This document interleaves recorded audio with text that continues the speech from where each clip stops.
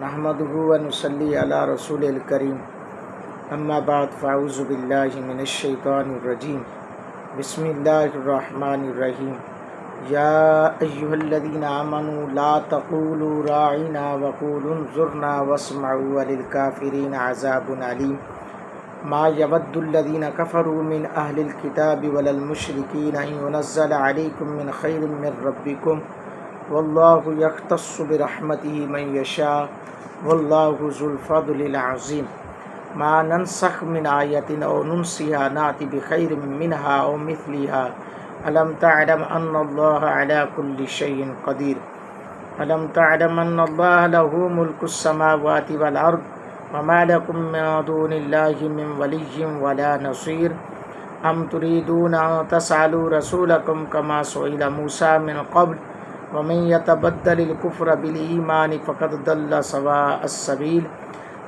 With كثير من أهل الكتاب لو يردونكم من بعد إيمانكم كفارا حسدا من عند أنفسهم من بعد ما تبين لهم الحق فاعفوا واصفحوا حتى يأتي الله بأمره إن الله على كل شيء قدير وأقيموا الصلاة وآتوا الزكاة وما تقدموا لأنفسكم من خير تجدوه عند الله إن الله بما تعملون بصير وقالوا لن يدخل الجنة إلا من كان هودا أو نصارى تلك أمانيهم قل هاتوا برهانكم إن كنتم صادقين بلى من أسلم وجهه لله وهو محسن فله أجره عند ربه ولا خوف عليهم ولا هم يحزنون صدق الله ومولانا العظيم وصدق رسوله النبي الكريم الأمين الصلاة والسلام عليك يا سيدي يا رسول الله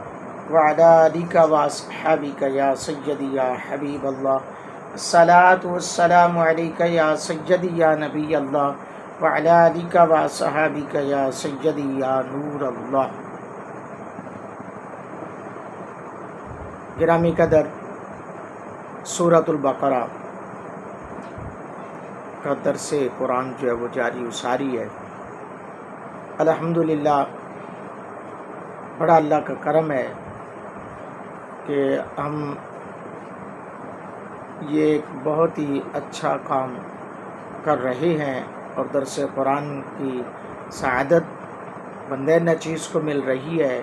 میں تمام اپنے احباب کو گزارش کروں گا کہ اس درس قرآن کو زیادہ سے زیادہ لوگوں تک پہنچائیں، زیادہ سے زیادہ شیئر کریں، میرے اس چینل کو سبسکرائب کریں. جنہوں نے ابھی تک نہیں کیا وہ برائے کرم چینل کو سبسکرائب کریں، بیل آئیکن ضرور پریس کریں تاکہ آپ کے پاس میرے ہر آنے والا درس جو ہے یا کوئی بھی دین کی بات جو ہے آپ تک پہنچ سکے. العلم نور چینل جو ہے اس کو ضرور سبسکرائب کریں. حضرات گرامی قدر، اللہ رب العالمین نے اپنی لا ریب بے عیب کتاب میں ارشاد فرمایا یا ایھا الذین آمنوا لا تقولوا راعنا وقولوا انظرنا واسمعوا وللکافرین عذاب الیم. اے ایمان والو، میرے حبیب سے کلام کرتے وقت، میرے محبوب سے، میرے یار سے بات کرتے وقت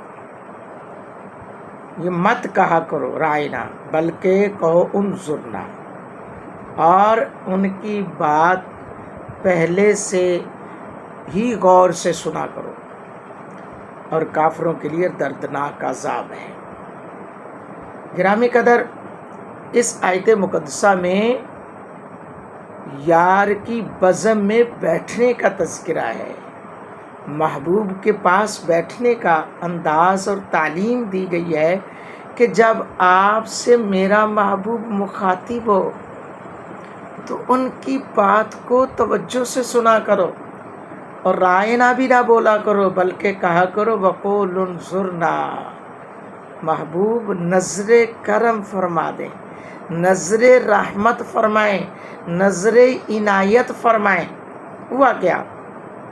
یہ رائنا کا لفظ جو ہے یہ صحابہ تو فرماتے تھے کہ رعایت فرمائیں، نرمی فرمائیں تاکہ ہمیں بات کو سمجھ آ جائے، لیکن یہودیوں نے صحابہ کرام سے جب کلمہ سنا یہ والا تو انہوں نے موقع کو غنیمت سمجھتے ہوئے گالی کی نیت سے، برائی کی نیت سے حضور نبی پاک صلی اللہ علیہ وسلم کو اسی کلمے سے خطاب کرنا شروع کر دیا، اور پھر آپس میں اس پر ہنستے باتیں کرتے، اور وہ آپ کو تالی پہ تالی مارتے، یعنی ہاتھ پہ ہاتھ مار کے ایک دوسرے کے ساتھ باتیں کرتے۔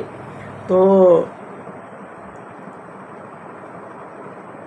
حضرت سعد بن معاذ رضی اللہ تعالیٰ عنہ یہودیوں کی زبان سے واقف تھے، اس لغت سے واقف تھے، تو انہوں نے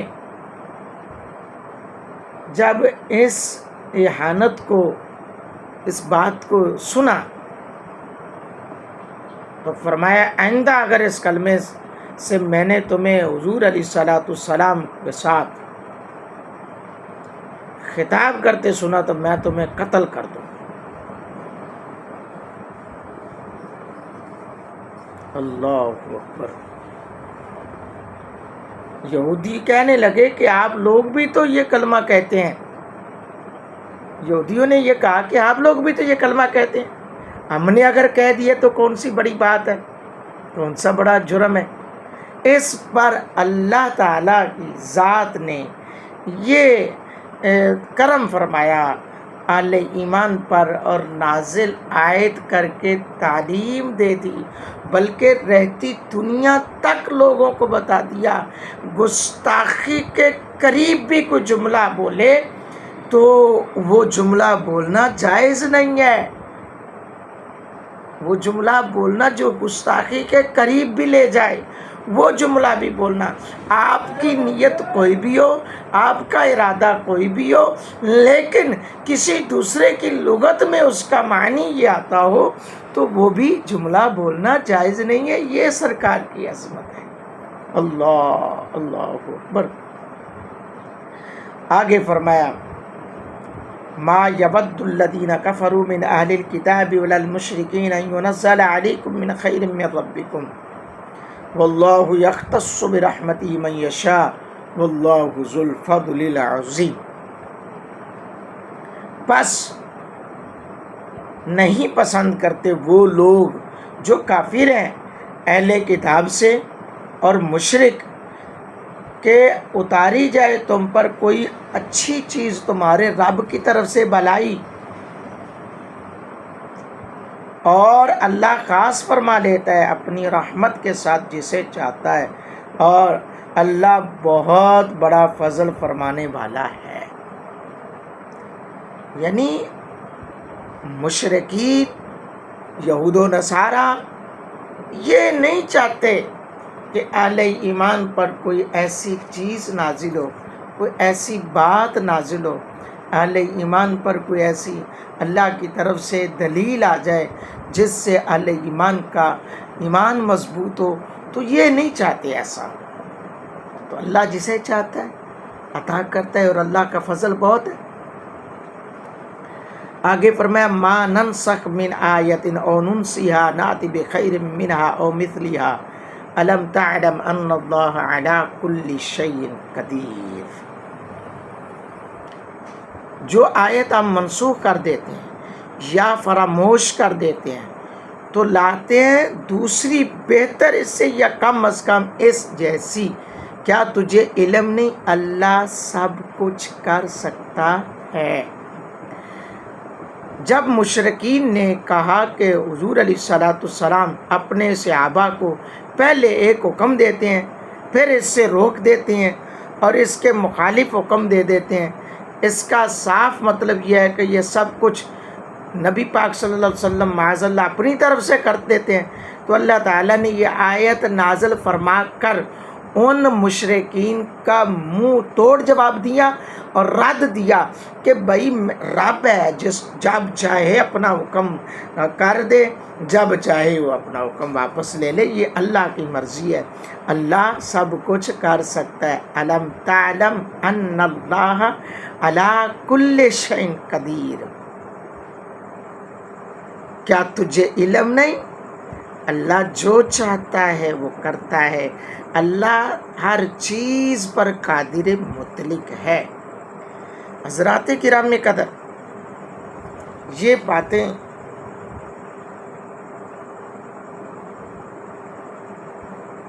اللہ کی طرف سے عطا ہے اپنے یار پر، اور رب تعالیٰ اپنے فیصلے کرنے میں خود مختار ہے، کسی کا محتاج نہیں ہے۔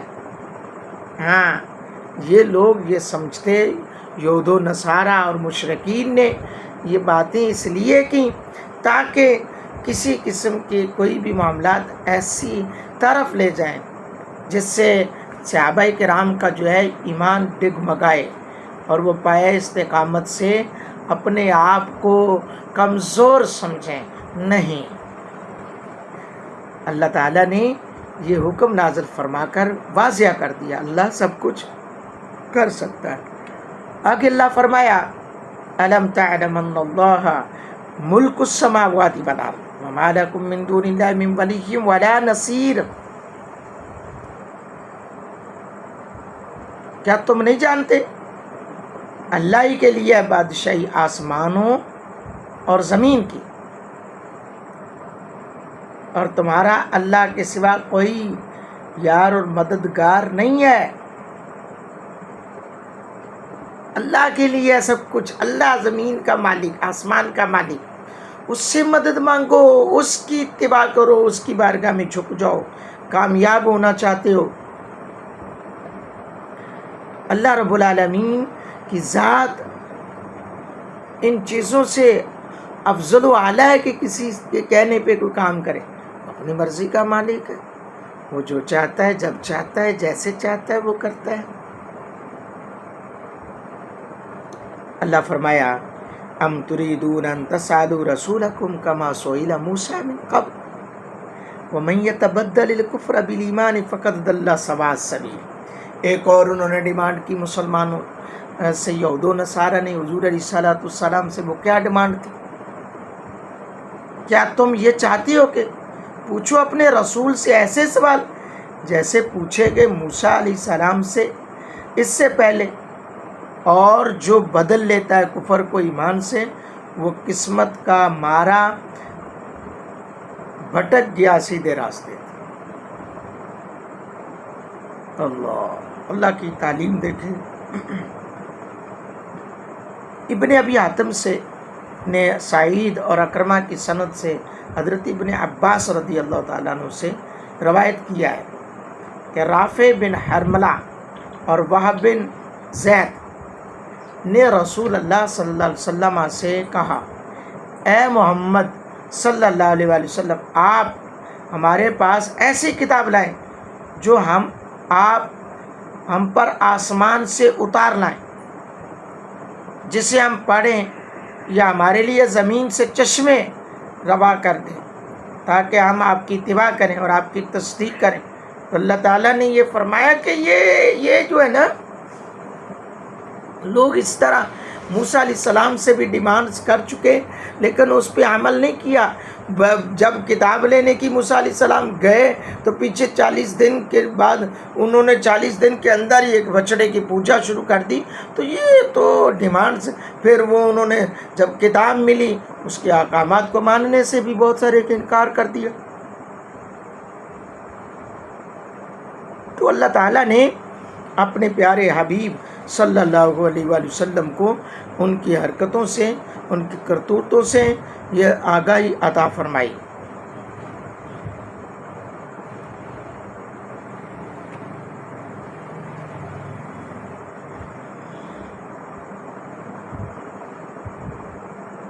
تو حضرات گرامی قدر، ایک شخص نے عرض کی، یا رسول اللہ صلی اللہ علیہ وسلم، کاش ہماری کفارات بھی، یعنی ہماری سزائیں، ہمارے لیے جزائیں، انعامات، سزا بنی اسرائیل کے کفارات کی طرح ہوتے۔ رسول اللہ صلی اللہ علیہ وسلم نے فرمایا، اللہ تعالیٰ نے جو تمہیں عطا فرمایا وہ بہتر ہے۔ بنی اسرائیل کے کسی شخص سے اگر کوئی غلطی سرزد ہوتی تو وہ غلطی اور اس کا کفارہ اس کے دروازے پر لکھ دیا جاتا تھا، یعنی بنی اسرائیل سے کوئی غلطی سرزد ہوتا کیا کہ وہ کفارہ بھی، اور اس کی غلطی اس کے دروازے پر لکھ دیا جاتا، ہر بندہ آنے جانے والا دیکھ رہا ہوتا تھا. یہ بےزتی نہیں ہے؟ آج ہمیں تو یہ بھی پیغام ملتا ہے کہ اپنے بچوں کو کسی کے سامنے نہ ڈانٹو، بچہ انسلٹ محسوس کرتا ہے، بے عزتی محسوس کرتا ہے. تو فرمایا کہ یہودو بنی اسرائیل کے ساتھ تو یہ ہوتا رہا ہے، تم ان سے بہتر ہو. اور واقعی سرکار کے صدقے سے اب دیکھیں اللہ معاف فرمائے کتنے عیب ہیں ہمارے اندر، ہم لوگ کتنے خطا کار ہیں، لیکن کسی کے دروازے کے سامنے کوئی نہیں لکھتا، نہ لکھا جاتا ہے، نہ کفارہ. ہاں غلطی سرزد کرنے پر وہ الگ بات ہے کہ بہت سارے کفاروں پہ، بہت ساری سزاؤں پہ ہم جو ہے نا ڈنڈیاں مار جاتے ہیں، پتلی گلی سے نکلنے کی کوشش کرتے ہیں. یعنی طلاق کے معاملات ہیں، قسم کے معاملات ہیں، منت کے معاملات ہیں، دیگر معاملات میں ہم جو ہے وہ پتلی گلی سے نکلنے کی، یا وصیت کے معاملات ہیں ان میں ہم پتلی گلی سے نکلنے کی قانونی سہارے لیتے ہیں، دیگر کوئی نہ کوئی سہارا لے کر، کبھی اس مسلک کا سہارا لے لیا، کبھی اس مسلک کا سہارا لے لیا. تو ہم لوگ نکلنے کی کوشش کرتے ہیں. تو اللہ کے نبی نے فرمایا کہ تم لوگ بنی اسرائیل سے اچھے. اللہ حضرات گرامی، اللہ فرمایا وَدَّ كَثِيرٌ مِّنْ أَهْلِ الْكِتَابِ لَوْ يَرُدُّونَكُم مِّن بَعْدِ إِيمَانِكُمْ كُفَّارًا حَسَدًا مِّنْ عِندِ أَنفُسِهِم مِّن بَعْدِ مَا تَبَيَّنَ لَهُمُ الْحَقُّ فَاعْفُوا وَاصْفَحُوا حَتَّىٰ يَأْتِيَ اللَّهُ بِأَمْرِهِ إِنَّ اللَّهَ عَلَىٰ كُلِّ شَيْءٍ قَدِيرٌ.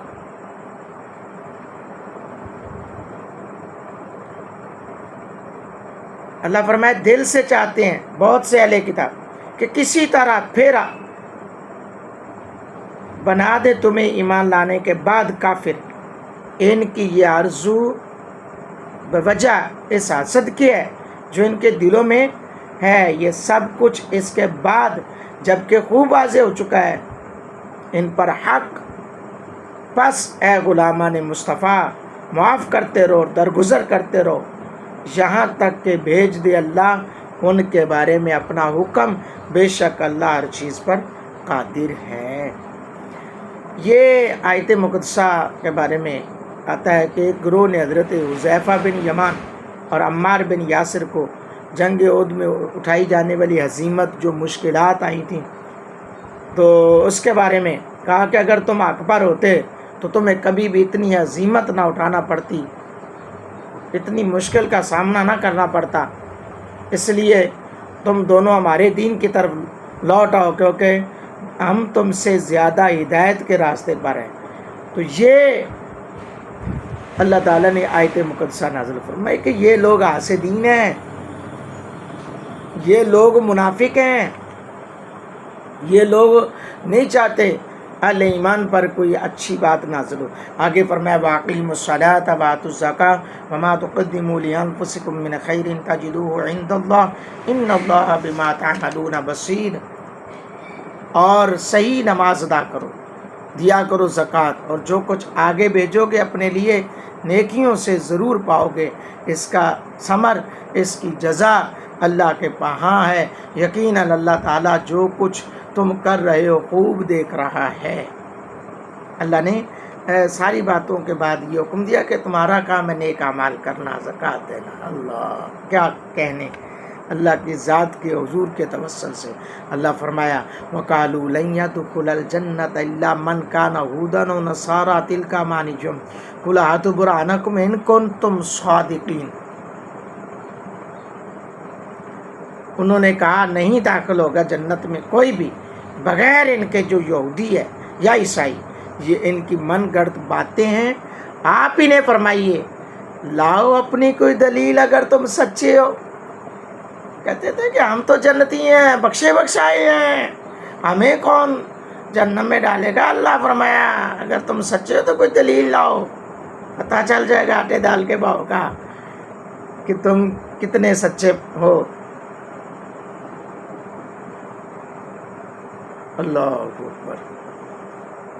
آگے فرمایا بلا من اسلم وجہہ للہ وهو محسن فلہ اجرہ عند ربی ولا خوف علیہم ولا هم یحزنون. فرمایا ہاں جس نے بھی جھکا دیا اپنے آپ کو اللہ کے لیے اور وہ مخلص بھی ہو تو اس کے لیے اس کا اجر ہے اپنے رب کے پاس. نہ کوئی خوف ہے انہیں اور نہ ہی وہ غمگین ہوں گے. اللہ کے ہاں اپنے آپ کو جھکانا اب کیا ہے کہ در مصطفیٰ پہ پہلے آؤ. میرے یار کا کلمہ لا الہ الا اللہ محمد الرسول اللہ کلمہ پورا ہی تاب ہوتا ہے جب محمد الرسول اللہ کہا جائے گا. اسلام پورا ہی تاب ہوتا ہے جب دیکھیں اللہ تعالیٰ نے نبوت کا آغاز کیا حضرت آدم علیہ السلام سے. نبوت کا اختتام یعنی دائرہ نبوت کا آغاز ہے حضرت آدم علیہ السلام سے، اور حضرت آدم علیہ السلام کی دعا کو قبول کیا بوسیلہ مصطفیٰ جان رحمت کے. پتہ چلا آغاز دنیا آغاز نبوت پیغمبر سے حضرت آدم علیہ السلام سے، اور پھر وہ نبوت دعا مانگتی ہے جو آغاز ہے جو ابتدا ہے وسیلہ مصطفیٰ سے، حضور کے وسیلے سے، بوجہ مصطفیٰ چہرہ مصطفیٰ سے کے توسل سے دعا مانگے. اور جب نبوت کا دائرہ کار رب ختم کرنا چاہتا ہے تو اپنا یار بھیج دیتا ہے. فرماتا ہے کہ لوگوں اب نبوت کی سمجھ آئے گی، اب خدائی کی سمجھ آئے گی.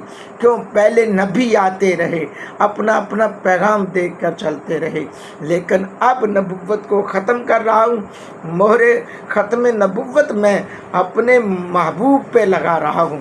حضور کے بعد کوئی نبی دنیا میں نیا نبی نہیں آ سکتا. جتنے مرضی جھوٹے مکار آ کر دعوی نبوت کرتے رہیں وہ سب جھوٹے ہیں، سب مکار ہیں، سب فریبی ہیں. تو اللہ فرما رہا ہے کہ ہاں جس نے بھی جھکا دیا اپنے آپ کو اللہ کے لیے اور وہ مخلص ہو جاؤ حضور کی ذات کے ساتھ. اللہ جل شانہ میری آپ کی حاضری کو اپنی بارگاہ میں قبولیت کا مقام عطا فرمائے، درجہ قبولیت عطا فرمائے. اللہ تعالیٰ میرے اس درس قرآن کو ہر گھر تک پہنچانے کی توفیق عطا فرمائے. حضور کی محبت اللہ تعالیٰ عطا فرمائے، سرکار کی محبت میں جینا مرنا نصیب فرمائے. اللہ جل شانہ ملک پاکستان کی خیر فرمائے، استحکام پاکستان عطا فرمائے. آمین ثم آمین. وما علینا الا البلاغ المبین.